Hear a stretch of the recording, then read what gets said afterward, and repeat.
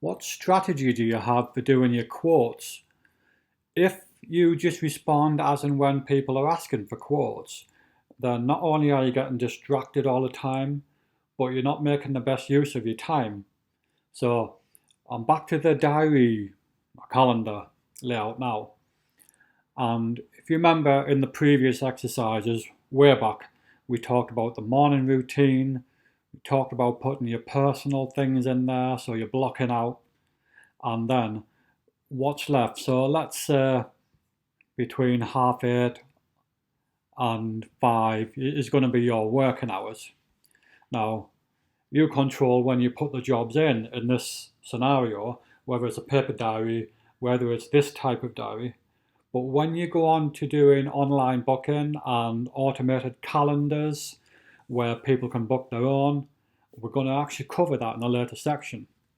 But what you need to think about now, whichever method you're using, is when your hours should be for jobs, but when your hours should be for quoting as well. So what you don't want to do is have, say, 8 hours in a day where you are allowing jobs, but you end up wasting a lot of that time doing quotes. It's not going to be a very productive week. So in my case, for example, what I do is I always have a slot at 8:30 in the morning for a half an hour quote slot every day. It's built into my automated thing, but if I was using this calendar, I would block out 8:30 till 9, and I would do it as a sequence so that all of the weekdays going forward are blocked out.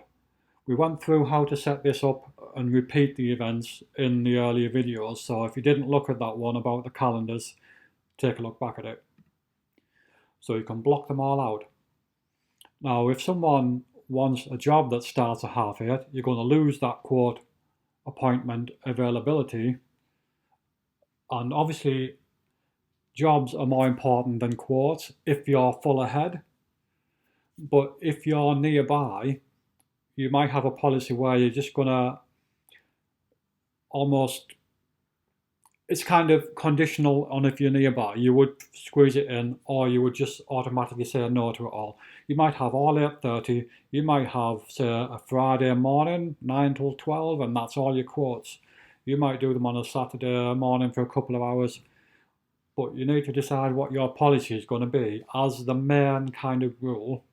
You might have some flexibility from time to time, but to make your business work the best and get the best job times, what would your ideal day look like?